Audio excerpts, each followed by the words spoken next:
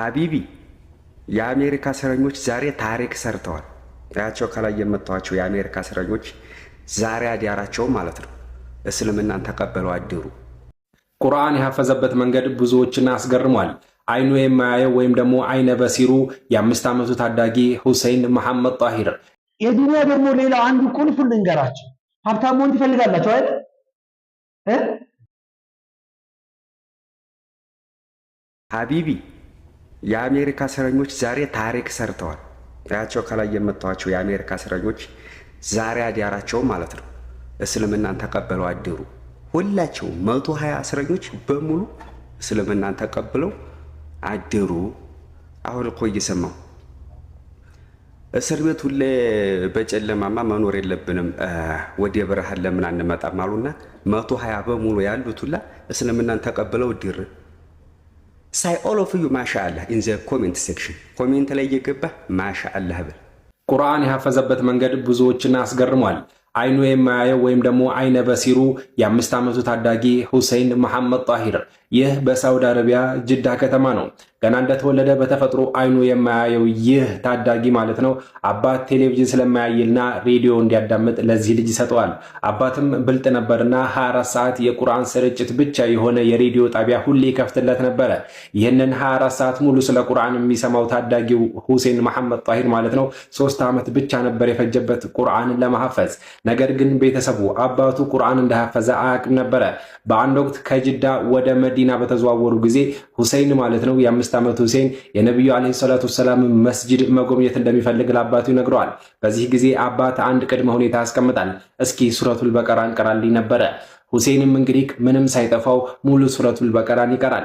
የዚህ ጊዜ አባት የተደሰተው ወደ መምህራን ጋር ይወስድና እስኪ ልጄን ፈትኑልኝ ይላቸዋል። እነርሱም ሙሉ ቁርአን እንደሐፈዘ ይነግሩታል ማለት ነው። እናም አሁን ላይ በመስጂድ ነበዊ በሚገኘው የአይነ ስውራን ተማሪዎች እንግዲህ እዛ ገብቶ አሁን ላይ ቁርአንን የበለጠ እንዲያዳብርና በሚያምር መልኩ እንዲቀራ እየተደረገ ነው አሁን ላይ። እናም የ5 ዓመቱ ታዳጊ ሁሴን የአይነ በሲሩ ማለት ነው ይህ ታሪክ አሁን ላይ ብዙዎች ማለት ነው ገርመውበታል። አላህ ሲመርጥ እኮ ማለት ነው በየት በኩል አምጥቶ እንደሚሰጥ አይታወቅም። እስኪ እናንተ በኮሜንት ማሻአላህ እያላችሁ ደስታችሁን ግለጹለት። የዱንያ ደግሞ ሌላ አንዱ ቁልፍ ልንገራችሁ። ሀብታም መሆን ትፈልጋላችሁ አይደል? አትፈልጉም? ትፈልጋላችሁ። የሐላል ሀብት አላህ ይስጠን። ተቋ ያለው ሀብት አላህ ይስጠን። የማይመራን የምንመራው ሀብት አላህ ይስጠን እንጂ ሀብት የሚጠላ የለም እኮ ጀነት ይገዛበታል። አይደል? ሀብት እኮ ጀነት ይገዛበታል። የአላህን ውዴታ ትገዛበታለህ። ብዙ ነገር ታደርግበታለህ። ሀብታም አላህ ያድርገን። የድህነት ጌጡ ይልሃል ታክሲ ውስጥ ስትገባ። ድህነት ምንም ጌጥ የለውም። ምን ጌጥ አለው ድህነት? ዝንጀሮ ምንም አድርገው ሊፕስቲክ ብትቀባት እንትን የጆሮ ጌጥ ምናምን ብታደርግላት ኳኳ ጫማ ብትለብስ ምናምን ታምራለች? አታምርም። በቃ ድህነት ምንም ብታደርገው ይሄ መጽናኛ ነው፣ የደሃ መጽናኛ እንጂ ድህነት ጌጥ የለውም። ደሃ ሲጽናና የሆነች የከረከሰች መኪና ይዝና ከቪኤት ጋር ራሱን ያነጻጽራል። እሱም 4 እግር እኔም 4 እግር፣ እሱ የሄደበት ቦታ ይቅደመኝ እንጂ እኔም እደርስበታለሁ ይላል። እንዲህ ያረክ ራስን ያጽናና ትኖራለህ እንጂ በፍጹም ቪኤትና የሆነ በ10 ምናምን በአምቢያዎች ጊዜ የተመረተ መኪና እንዴት እኩል ሊሆን ይችላል? እንዴት ጊዜ ሊወዳደር ይችላል? አይወዳደርም። ግን ራስህን እንዲህ ያጽናና ግን ትኖራለህ። ምንም መፈረጅ የለም አይደል? ይሄም 4 እግር ይሄም 4 እግር፣ ግን የድህነት ጌጥ የለውም።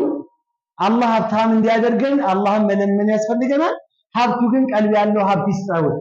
አንበሉ ቀልብ ያለው ሀብት የምትሰጥበት መስጊድ አሰራ በተባልክ ቁጥር ቅድሚያ ሰደቃ መታው። ልክ እንደ ዑስማን ኢብኑ አፋን ከዚህ በኋላ ወንጀሉ አይጎዳውም እኮ ተባለ። ዑስማን በምኑ ነው? በገንዘቡ እኮ ነው። አቡበከር ሲዲቅ የሁሉንም ውለታ ውያለው ከፍያለው፣ የአቡበከር ብቻ ውለታ በዛብኝ አልችልም አሉ። ገንዘብ 3 ጊዜ በሀብቱ ሰጠ። አያችሁ አብዱራህማን ኢብኑ አውፍ እስካሁን ድረስ እሱ ያወጣው የሱ መሬት እስካሁን ሰደቃ ነው፣ ሰዎች ይገለገሉበታል። አሸረተል ሙበሸራ ከሆኑት ከአስሩ ሰሃቦች 6ቱ ባለሀብቶች ቢሊየነሮች ናቸው። ድህነት ሙስሊም ላይ አያምርም። ነብዩን ተናገሩ። ምን አሉ መሰላችሁ? ኒዕመ ማሉ ሷሊህ ሊረጁል ሷሊህ፣ ምርጥ ገንዘብ ከምርጥ ሰው ጋር ሲገናኙ እንዴት ያምራል አሉ። አሁን ችግሩ እኮ ገንዘቡ ምርጥ ሆኖ ይመጣል፣ ሰውየው ደግሞ ምን ይሆናል? ከርታታ ይሆናል፣ ይበላሻል። ወይ ሰውየው ተቋ ይሆናል፣ ገንዘብ የማይረባ ገንዘብ ያመጣል፣ የሐራም ገንዘብ ማለት ነው። ሰውየውም ይበላሻል። የኔ ባትሆን ይቆጭ ነበረ። ጀበሉ አሁንም በአዲስ ብዕሩ ብቅ ብሏል። እቺ ኃላፊነት የጎደላት ጋዜጠኛ እሱ ላይ አፏን በከፈተችበት በሰዓታት ውስጥ አዲስ ርዕስ ይዞ መጥቷል። የአክሱም ሙስሊሞችና የጽዮን ማርያም ቆይታዬ በሚል አዲስ ጽሁፍ የፌስቡክ ፔጁ ላይ አስፍሯል። ሂዳችሁ እንድታነቡ በድጋሚ ግብዣይ ነው። እሷ ለእኔ መልስ ይሰጣል ብላ እየጠበቀች ባለችበት ሰዓት እሱ ሊያዳምጣትን ፍቃደኛ አይደለም። ማድረግ ያለበትን ብቻ ነው የሚያደርገው። እውነታን ሰዎች ጋር እንዲዳረስ ብቻ ነው የሱ ትጋት፣ ልፋት።